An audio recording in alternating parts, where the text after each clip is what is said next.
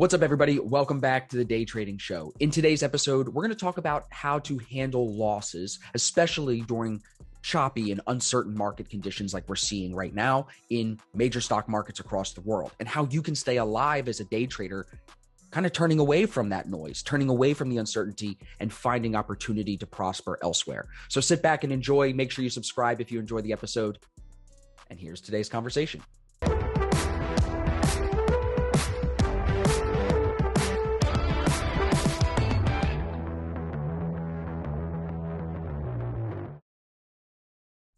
All right, so today's episode, we're going to give Logan full credit. My brother gave us the idea for today. He was saying that a lot of traders in his space, in the options and stock trading space, have been shaken out recently as more uncertainty is playing out in the world. Isn't that kind of how he described it, James?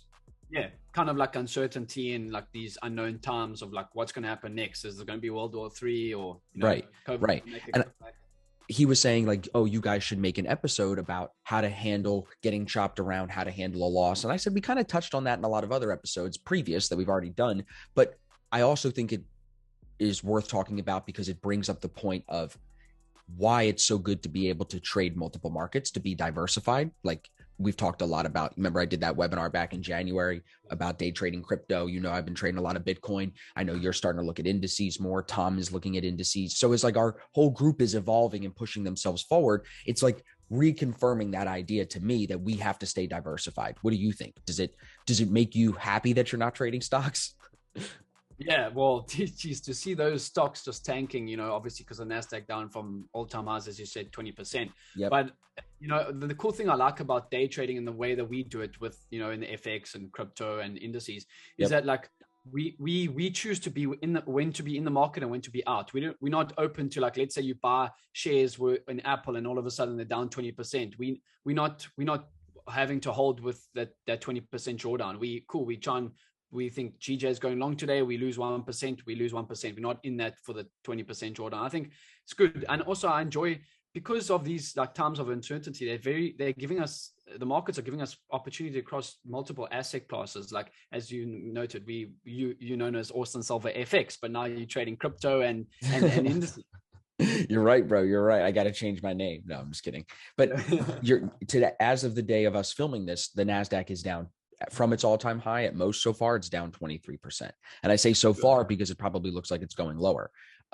If you look at something, I'm looking right now as we're talking, I'm looking at PayPal on the daily chart from all-time highs to, or not all, I don't know if it's an all-time high, but from the high back in July of 2021, since then, it's down 70%, bro. 70%. Let's see where's Peloton at? Because I haven't looked at Peloton in a while. Because PayPal's keeping everybody's money for PayPal, dude. Peloton is down 87%.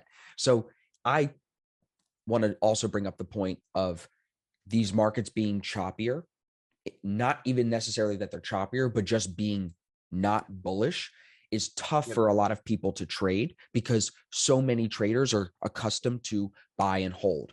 Buy the dip, it'll come back, it'll come back, it'll come. No, it doesn't. Some of these things don't come back, which is interesting to watch them experience that. And then again, it's backed up by the first point I said, which is it's good to be able to go trade other markets. You brought up a good point of like being in and out of the markets whenever we wanted on that active basis, long or short. We could have been, now with these brokers, we can short NASDAQ off the top if we wanted to. You don't have to just sit in cash. Like some stock traders, Mark Minaviri, he's one of those guys, I think, that kind of sits more cash when he can't find longs. They don't like shorting stocks. Did you know you have to call your broker? I don't know if you still do, but you used to have to call the broker and ask if you could borrow shares to short. Not every broker. It's not like how in Forex you just pick your lot, or in crypto you just pick the lot size and hit the button. It's not like that, I'm pretty sure. So it's interesting to see, like, as the long guys are on the sideline or they're waiting for trades and the short guys are getting crushed because they're trying to buy dips and just getting crushed as it comes lower. It's interesting to see like how experience shows and how you have to survive long enough in markets like year after year to get that experience. So, hey, this is not my market. I like to buy. It's not a time for buyers. I'm out of here. I'm sitting on the sideline. Or just be able to go somewhere else. Like, imagine if Mark Minaviri, who's like an older guy, he's like a very successful trader. Most people probably know who that is. Imagine if he had the ability, because I'm sure his broker doesn't let him trade it, the ability to trade indices to the downside super easy. I'm sure he would be talking more about shorting things more, you know? Sure. Yeah. Do you, and personally, do you have any holdings in any shares at the No, moment? nothing. Bro, my last stock trade was Virgin Galactic. I was in at 15, rode it to 60, didn't sell because stocks only go up and I thought it was going higher. Comes back down to my entry price, still didn't do anything. It bounced back again to 55. I got out around 55. I think my best exit was about $54 a share. Right now it's at $6.79, bro. Lower than my entry. I'd be down 50% on my money. Wow. Isn't that crazy, bro? Yeah. So Crazy. Stocks are a whole different beast, bro. They have this bias of like everybody thinking you should buy it and hold it, but that doesn't always win. And especially, I read Ray Dalio's book, recently talking about the changing world order.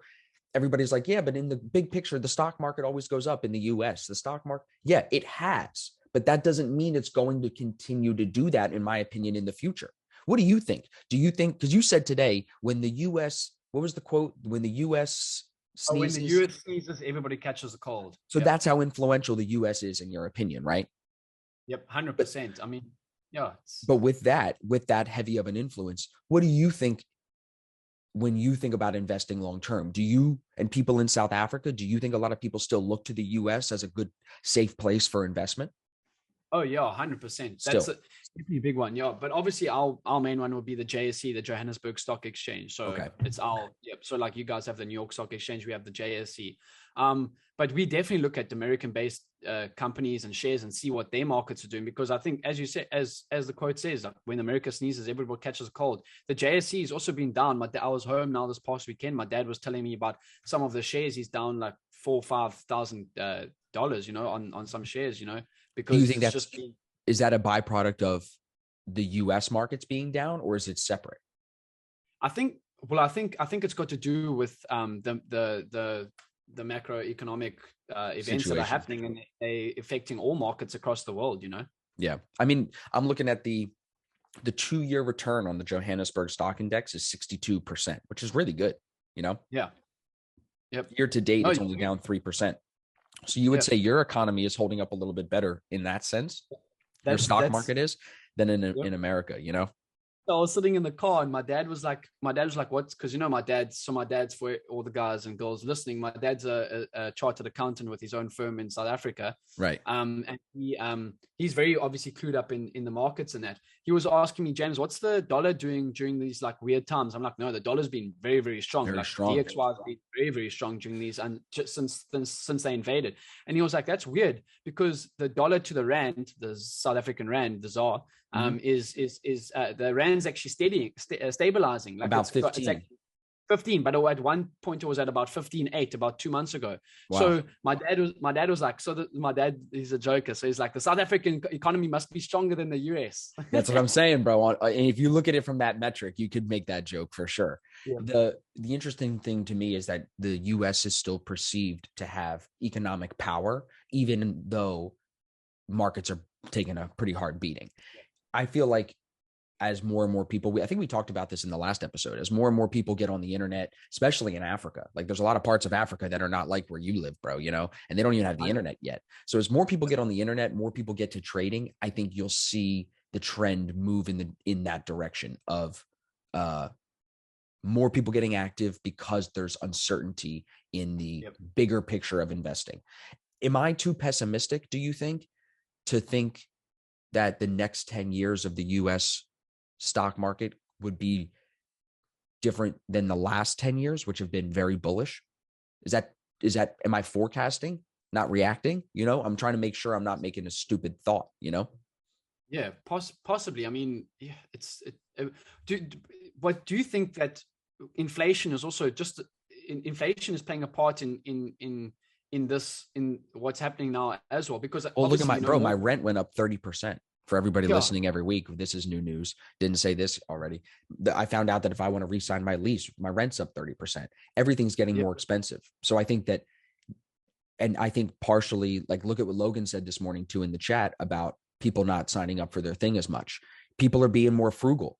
And the part of the reason is I think everybody realizes stuff is getting more expensive, especially like everybody else is complaining about gas prices, but my car is still the same to charge it up, Yep. So I think everything's getting more expensive. So inflation definitely plays a part in it. I'm pretty sure Tom Brady's only coming back because of inflation. You know what I'm saying? He's got to make some money. Yeah, 100%. He wants to make some more. Inflation's down. What's say his money is worth 8% less than what was last year. What are the No, dude? What are the odds now that they win the Super Bowl? We should be placing bets on that already. You know what I mean? 100%. The odds are probably pretty low right now, but I bet you they do pretty well. So that'd be a good one. What were you gonna say? Yeah. I was going to say, do you think that also, because of inflation, people sometimes sit on cold hard cash in their bank account, or do you think that people are now moving from there to buy into stocks or upcoming businesses, that sort of thing as well? So I You would don't know hope if so, bro. You would hope so, but a lot of people, like you said, also just sit and hold cash, and it loses value. So it's a tough game to play, because even if you're in a position like me, like I'm saving up for an investment property. That's me and Riley, our goal is to have another cash flowing asset, like a business. Yeah. But in real estate, because then you get the tax advantages. So as we're saving up for that, it's like, do you put the money into stocks and let it sit there and potentially grow or lose value, but then you have to pay taxes on the pullout? No, I'm not going to do that, because I want this money in the next year. So it's not worth it to pay the taxes on that, and it won't grow potentially. So I'm not taking that risk. So then there is the idea of, like, you sometimes have to save cash, but by me saving up a couple $100,000 in cash, I'm losing money because of inflation. It's losing value, and I just have to accept that and save up more, because your savings has to just outpace inflation. Does that make sense? Yep. You kind of stuck in, it's like a catch-22 that you're in at the moment. Exactly. So the only answer is make more money and save more money, bro. Like, literally, that's the only answer. If you don't figure out how to make more money as we go into more inflation, probably higher inflation, you're going to just get squeezed. It's really sad, because a lot of people are struggling, I think. 100%. It's tough times, especially for like the middle income earners, because like they're the ones that actually get beat the most with the taxes, and 100%. they're not like multi-millionaires that are making 8 figures, 7 figures a year, Yep. And, to tie it back to our idea about trading the choppier markets and handling losses, I think the best quote that sticks with me in that is, and you made me think of it a second ago, was what Sanglucci said a while back. And he was like, you have to just know when your market is there and you slam it and you hit it hard. And when your market's not there, you got to know how to pull the brakes, bro, and get out of the desk, get off the chart, because it's choppy. It's bearish. Maybe you're a short seller. Like Lucci used to be a short seller. So he'd be so happy right now. He'd be crushing it. But he's been really focused on crypto, I think, now, and NFTs and all this other shit. So, but I think if you know your market, you know when you can come in and start to hit it hard. But I think you only know when it's your market after you stop taking those small losses and you start winning more consistently. So if you're more on the long side and then you start losing more, maybe market conditions are changing. It doesn't necessarily have to be that your strategy isn't working. Conditions in the overall market can change. So then you got to just say, okay, am I going to stop doing that and do something different? Or am I going to go looking at a new market? Like we said at the beginning, go look and trade crypto, go look and trade indices, go look and do something else. There's other markets to get involved in that are not as choppy, For sure. Sometimes Forex can be slow, but the indices can be pumping, so pumping, bro. Yeah. Stocks are about to open in 5 minutes as we're filming this right now. So we'll see how they open up today. The futures are green, but with things down so far off their highs, if you look at the technicals, 8 and 21 EMAs are saying short-term downtrend. We're breaking through 50 daily move. The 50 moving average on the daily time frame, like significant levels are being broken. And like we said, big companies, PayPal down 70%, whatever, like crazy, bro. So when you think about it like this, if you're someone that's holding a ton of money in a diversified portfolio, as it starts to bleed and you don't know how to stop the bleeding, the only thing you do is sell. People start selling and it tips over even more. You know what I mean? So it could get rough, bro. It definitely could get rough. 100%. And everybody called it. Everybody knew this, bro. They knew that Tesla and Amazon and everything was super overvalued in 2020 100%. And 2021. Everyone knew it. Like if you read anything online, you knew that was, but you never want to be the guy to be on the top saying, oh, it's fallen today. The only Peter Schiff does that, right? Like he's the only one that's like, it's at the top. Every day is the top to him. But now we're, like I said, from July was the high. August, September, October, November, December, January, February, March. We're 8 months off that high now, bro. Like at this point, you can say we're down 20%, 8 months off all-time highs. We're not in a bull market. Definitely not. Yeah. 100%. Yeah. It's I think also experience like comes into it. Like for me, I'm still relatively new into my this is my 4th year trading. So, guys like that have been here around, like Mark Minervini, they have to have some logic into what they're saying. They got some nuggets, bro. You got to just listen. Bro. People are stubborn to not listen. You know what I mean? They don't want to. Yep. They want to figure it out for themselves. They rather would just try to make their ego feel good that way rather than take the nuggets. I like the nuggets, bro. I take the nuggets. That's why I try to share the nuggets. Like they'd rather be right than make money, That's it, bro. 100%. 100%. Yeah. So yeah, I think like as things continue to be choppy and continue to call it market turbulence, you could call it accumulation, whatever it is. I just think people have to cut back. Like you have to be willing to size down, especially if you're having a hard time finding winners. Like stop beating it dead. If you're not winning as consistently as you were, stop hitting it with the same size. Something is wrong. Like you need to assess the situation, not just keep doing the same thing. I feel like often people can't handle the losses. What do you, because, we've been coaching the guys in the Black Shirt Club. What do you see? Think about Steve and Tom and the guys that have been there for a while. How are they handling losses that makes them good? What do you think that makes them good at trading? Well, I'll say one thing that maybe I'll do the opposite. I'll say what people, when they take losses, makes them bad is that they take a loss and then they pissed off. They'll go and hit it with another, try and chase the trade, have another loss, and then they'll just go completely off tilt. That's the one bad thing. I think what you were speaking to about, Steve and in the Black Shirt Club in our call the other day was that just, have a max daily risk for the day, whether it's 1%, 2%, just what you're comfortable with. Have a max daily risk for the day that keeps you, okay, cool. You've risked 1% on a trade, you lost maybe 0.5%, and now you risk another 1%. That's your 2% for the day done. No matter if you're not down 2%, you're done for the day. No more, because then that's what gets people to go off tilt. That's so hard, bro. People don't want to. It's so funny. Like you're so right. Just setting one little rule of like, hey, I'm not going to risk more than this much percent per day. Just stopping is a big thing. Yeah. I think too many people don't stop. They lose and then they just keep 100%. trading and trading and trading. They try to make it all back that day. Yeah. And it's like do less, do it better, do it bigger. So if you had this one rule, just when it comes to prop firms, if you say, I'm not going to risk more than 1% on any given day, there would be, I'd say 50% of the people would not fail the challenges, or they wouldn't 100%. Blow their accounts. I would agree with that. If you did that, if you used a stop loss, and if you didn't hold trades overnight and over the weekend, if you just did those 3 things, your trading would get better from the statistics that we're seeing, Prop firm trading or personal account trading. Right.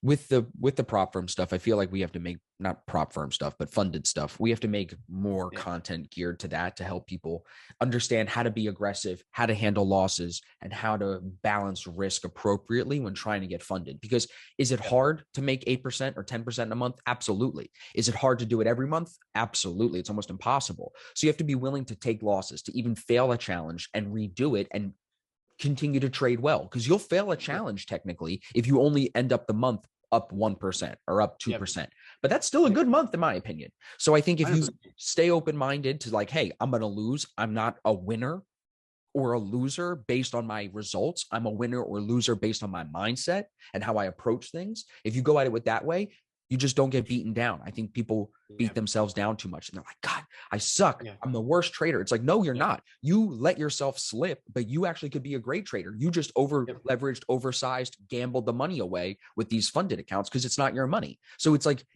these companies get rich playing on human emotion, human psychology, taking advantage of where we are weak, And I think, as we go back to the topic of like the choppy markets, I think many people can make money trading, right?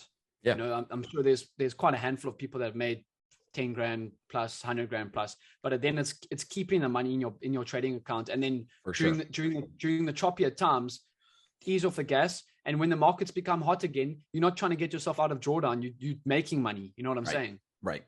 Survive, bro. Nobody wants to hear it because everybody thinks trading is about prospering. But if you want to get to the prospering in trading, learn to survive. Get through the rocky roads. Yep.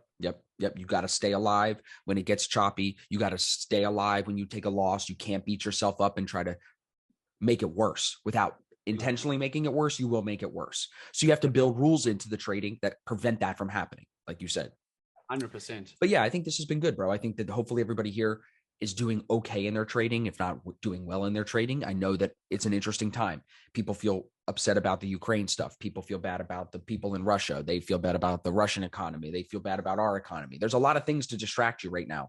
But for everybody listening, if you're an active trader, try to stay unbiased, try to stay focused, stay process focused, not outcome focused, and things will change. But in this volatility, there's opportunity. Like I had a nice little trade on oil this morning. I never traded oil a year ago, but because we have all this oil stuff going on, why would I be closed-minded to not go look at that? Oh, there's still signals there. Oh, we should put risk there. So open-mindedness can put you on the other side of this equation if you're having a hard time. And hopefully today's episode gave you guys some tips, gave you guys some tactics to take forward. You got any closing comments, James? No, I think, just we appreciate you guys watching, and feel free to reach out to us. Let us know. Do you like the channel? What can we do better? What are we doing well? Yeah. Let's give us some feedback.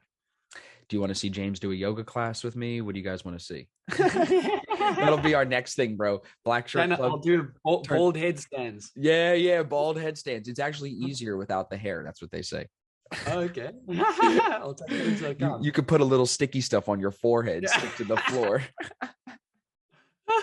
Evens it out. Yeah, exactly. All right, everybody. We appreciate you guys. Like he said, if you're watching on YouTube, please subscribe, give us a thumbs up, drop a comment, let us know what you think. If you're on Spotify, iTunes, wherever you're listening to the podcast, make sure you subscribe. We appreciate you as always, and we'll see you guys in the next episode.